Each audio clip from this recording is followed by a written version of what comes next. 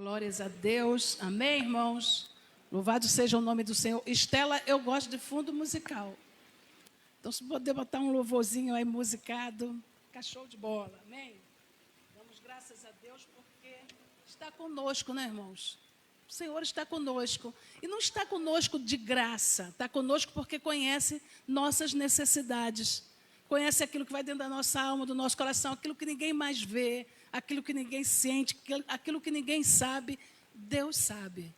Deus sabe. Nosso desafio é no dia a dia. Nosso desafio de fé é no dia a dia, no trabalho, é na casa, é na família, é com os filhos, é com aquilo que a gente tem que executar, com aquele problema na justiça, com aquele problema que se levanta de repente. E eu vou falar uma coisa: o inimigo da nossa fé, aquele que aposta ao contrário, só que bem, o inimigo, aquele que torce na força contrária da nossa vida, ele está de olho na nossa capacidade de crer, porque ele conhece a nossa fraqueza também. Ele sabe do nosso limite, o nosso limite é pouco, né? No livro de Jó, no capítulo 2, no verso 4, Deus responde, o demônio responde para Deus. Jó, capítulo 2, Esté, por favor, versículo 4. O demônio falando sobre Jó, que resistiu, perder filhos, perder bens, perder tudo. Ele propõe que Deus toque no corpo de Jó. E Deus fala da fidelidade, da integridade de Jó, se referindo à fé, ao temor, à permanência. E então Satanás responde para Deus isso aqui, ó. Então Satanás respondeu ao Senhor: pele por pele, e tudo quanto o homem tiver, dará por sua vida. Irmãos, ele conhecia a fraqueza humana. Sabe por que ele conhecia? Porque essa fraqueza foi ele que colocou no homem. Ele depositou em nós lá na pessoa de Adão. Quando Eva desobedece, tudo que nós tínhamos de força se esvaziou. Cessou de nós. Pode sentar, irmãos. Tudo que havia de força em nós cessou. Eliminou a vida que Deus tinha feito fluir nas nossas veias. Imagem e semelhança de Deus caiu. Ou seja, saiu do homem. E quando sai do homem, vem Jó mostrar essa busca de perfeição do homem com Deus. E Satanás olha para Jó, ele vê Jó. Porque os outros não tinham do que se falar, a gente vai entender. Parece que dá a impressão que todos os outros eram fracos, mas Jó se mantinha íntegro, e Deus fala isso. Viu meu servo Jó? Homem bom, servo bom, íntegro, em quem não há dolo. Deus dá uma referência de Jó. E agora Satanás fala: não, mas ele tem fraqueza. Ele tem fraqueza, ele é forte assim porque vai tudo bem. Ele está forte, ele está apegado ao Senhor, porque está tudo bem, mas tira dele para ver se ele não blasfema. E Deus, conhecendo Jó, irmãos, Deus sabe que a gente não é forte, tá? Deus sabe que a gente é fraco. Aqui, o que nos sustenta, eu vou falar, o que nos sustenta é o Espírito Santo.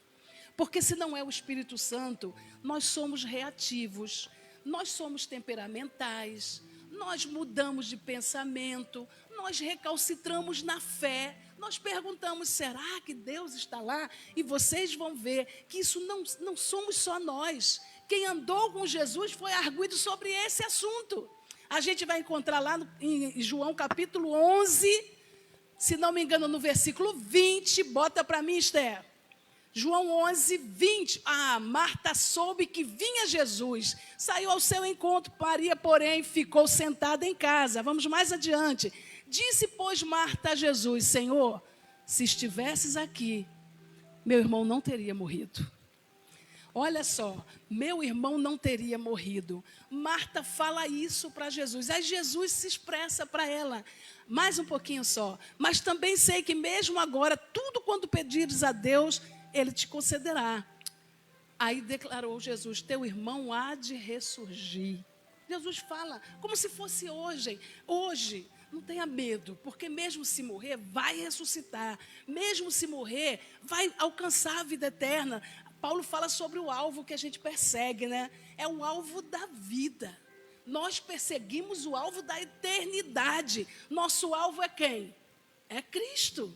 aquele que nos oferece eternidade. E Jesus fala: Marta, eu sou a ressurreição e a vida. Mas Satanás conhece a nossa peleja. Você vê que Marta carregava esse pensamento de nós. Quando Maria chega lá, ela usa a mesma expressão. Se o Senhor estivesse aqui, Lázaro não teria morrido. Jesus estava. Jesus estava. Aí então, só pegando o ganchinho mais lá atrás em Jó, Jó chega para Deus e Deus fala para ele de novo: viu meu servo Jó? Não abriu a boca, não reclamou, não blasfemou, não desistiu da fé, não recalcitrou. Aí ele fala: toca no corpo dele. Você tem noção que o diabo olhava a Jó? Esse livro serve para a gente refletir sobre nós, aplicando essa palavra para nós. Você tem noção que o diabo não nos perde de vista? A palavra fala sobre isso, que ele está o tempo todo como? Ao nosso derredor. E é incrível que a gente ele não busca a oportunidade. Quem dá oportunidade a ele somos nós. Somos nós. Porque a Bíblia diz que os anjos do Senhor estão aonde? Ao nosso redor. E o demônio está lá o tempo todo. Vai abrir uma brecha aqui. Ela vai me dar uma brecha. O Regina vai abrir um espaço aqui e eu vou aproveitar e vou entrar. É isso que o inimigo fica. E foi isso que o inimigo falou para Deus. Deus falou: não, meu servo, viu, tirei tudo e não aconteceu nada. Jó continuou lá firme na fé. Aí o demônio fala: toca no corpo dele. Porque pele por pele, tudo o que tiver, o homem vai dar por sua vida. Irmãos, nós louvamos o nome do Senhor porque Ele veio nos trazer uma vida. Ele nos concedeu uma vida que não tem fim. Que não tem fim. Não existe nada que a gente possa dar por ela. Nada. Essa vida não tem preço. Essa vida não tem preço. O homem que quiser a eternidade vai ter que se achegar a Jesus. Vai ter que encontrar Jesus na sua vida. Vai ter que colocar Jesus na sua existência. Vai ter que colocar Jesus dentro de casa. A gente coloca a nossa família. Nossa família não faz o que a gente quer. Alguns membros da nossa casa não ouvem o que a gente diz. Eles não respeitam o que a gente ensina. Muitos pais vivem esse conflito dentro da família. E a gente o tempo todo faz o quê? Deus, toma conta da minha família. A gente coloca Jesus lá. A gente coloca Jesus lá. Mas existem áreas da nossa vida que parece que Jesus saiu. Marta falou: Senhor, se o Senhor estivesse aqui, meu irmão não teria morrido. Ela tinha consciência, era teu amigo, você amava. E você certamente faria o que com a saúde dele? Restauraria. Lázaro não morreu para Marta chorar. Lázaro não morreu para Maria sofrer. Lázaro morreu para quê? Para que a glória de Deus se manifestasse em Jesus. Para que a glória de Deus se manifestasse no Filho. Para que elas vissem, para que eles vissem a manifestação da glória de Deus através de Jesus. E Jesus fala: Marta, Lázaro vive. Lázaro vive. Irmãos, é a gente chegar dentro do nosso problema e sentir o Espírito Santo colocando no meio do turbilhão, o Espírito Santo te apaziguando e dizendo: não tem nada para você fazer, então fica quieto. Você não pode mais fazer nada, fica calado. Não tem mais o que tua mão mover, descansa. A gente não pode entrar nesse viés que o inimigo quer, que a gente perca a graça, que a gente perca o domínio da fé, que a gente comece, porque fé é aquilo que eu falei aqui, fé você vai ter de qualquer jeito, ou para cima ou para baixo. Ou tua fé vai dizer que é possível, ou tua fé vai dizer não é possível. E é aquilo que você crê que vai te sobrevir. É aquilo que você crê. No livro de Jó, a gente vê sobre isso. Jó manifestava fidelidade pelos seus filhos. Então, ele tinha um temor. Qual era o temor dele? Que os filhos pecassem. E se os filhos pecassem, que viesse sobre ele o quê? A ira de Deus. E quem foi de Jó o primeiro que foi afetado? Os filhos. A primeira desgraça que o inimigo fez foi chegar na família. Chegou nos membros da família, saqueou Jó.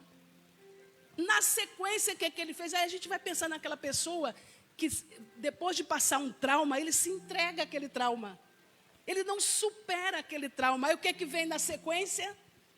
Uma batalha atrás da outra, uma batalha atrás da outra. Se essa pessoa não se levantar, o inimigo fica lá esmagando. É como quando você mergulha no mar, eu, que não sei nadar, e fico naquela beiradinha, aí erro o ponto, né?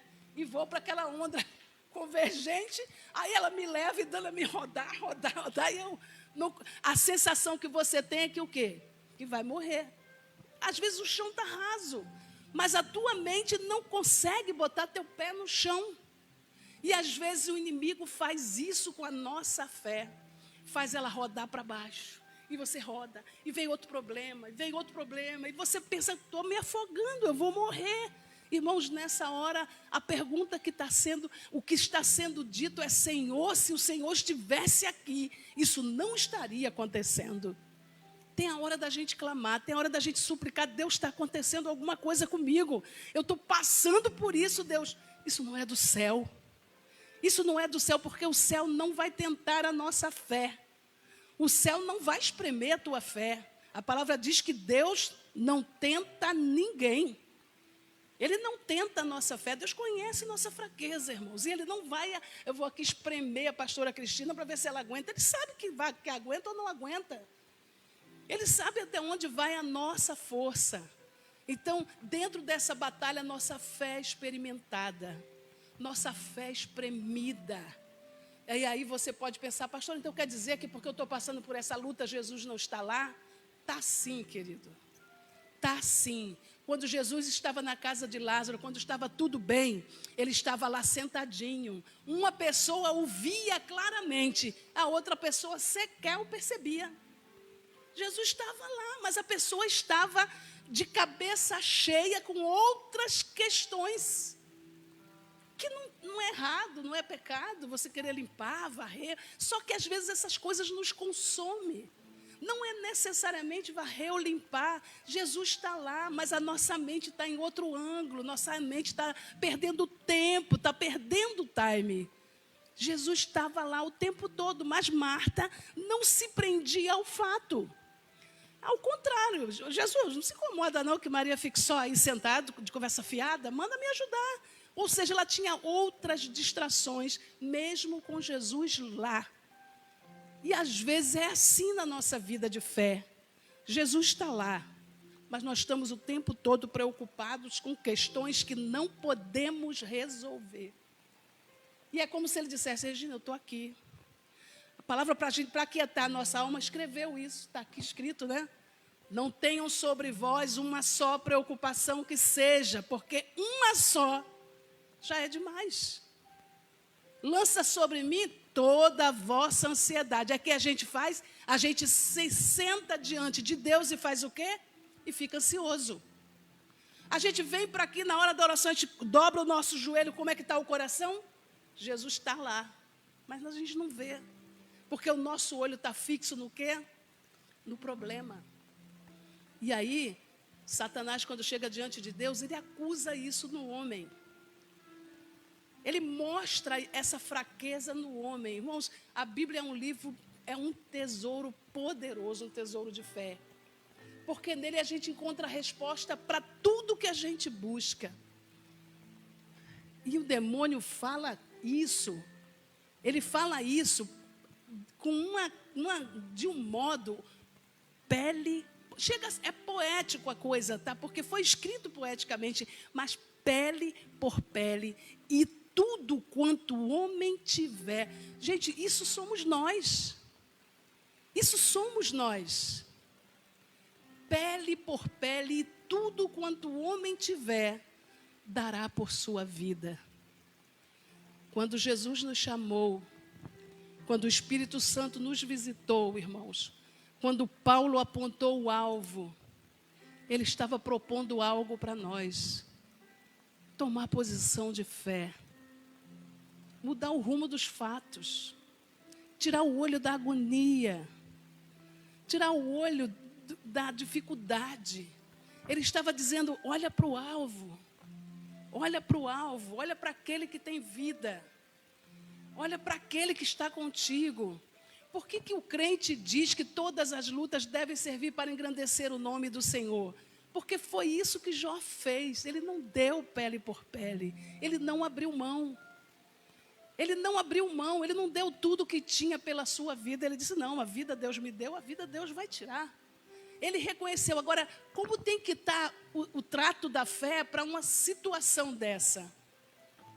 Como é que tem que estar a minha fé diante dessa situação de aperto? Irmãos, mas contudo há esperança para nós, porque ainda que o homem, porventura, venha se perder de Deus, ainda que no caminho, pela tamanha luta que a gente encare, que não são poucas, são muitas, e às vezes dá a sensação que a gente está girando lá na água, não vai dar pé, e a gente está girando e começa a beber água, e depois é tanto trauma em relação à água, porque ainda que isso aconteça, a palavra diz que Ele é o nosso Salvador.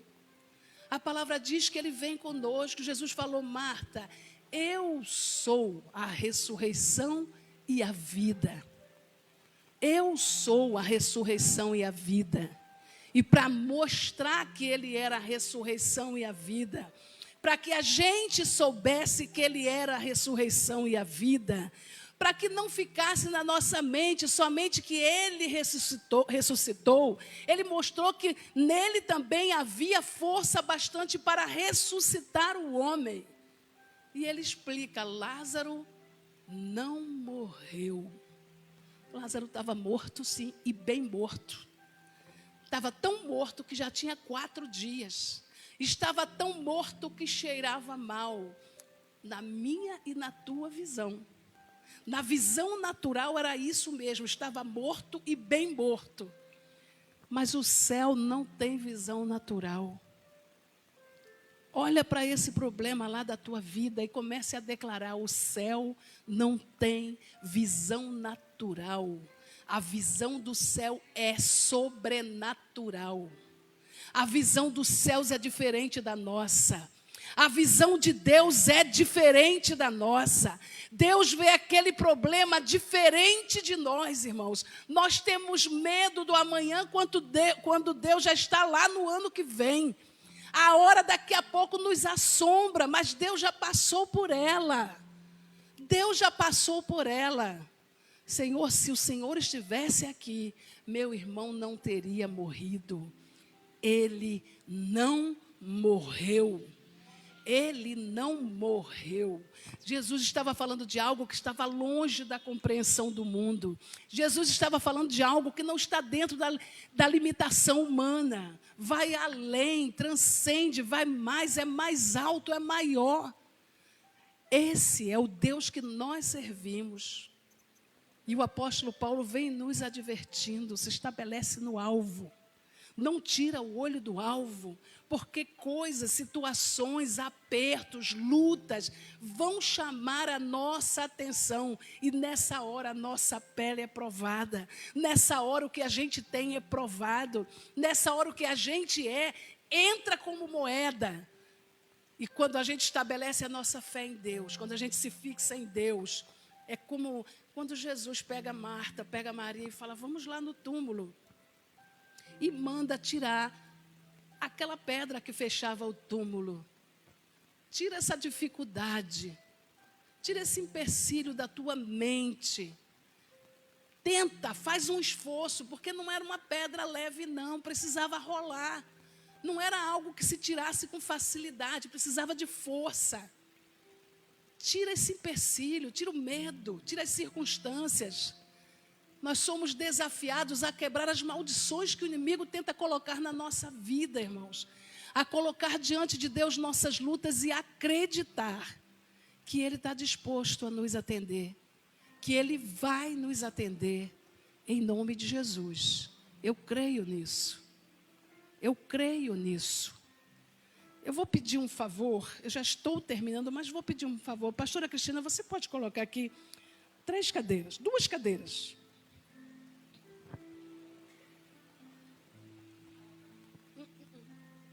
Pode ser embaixo.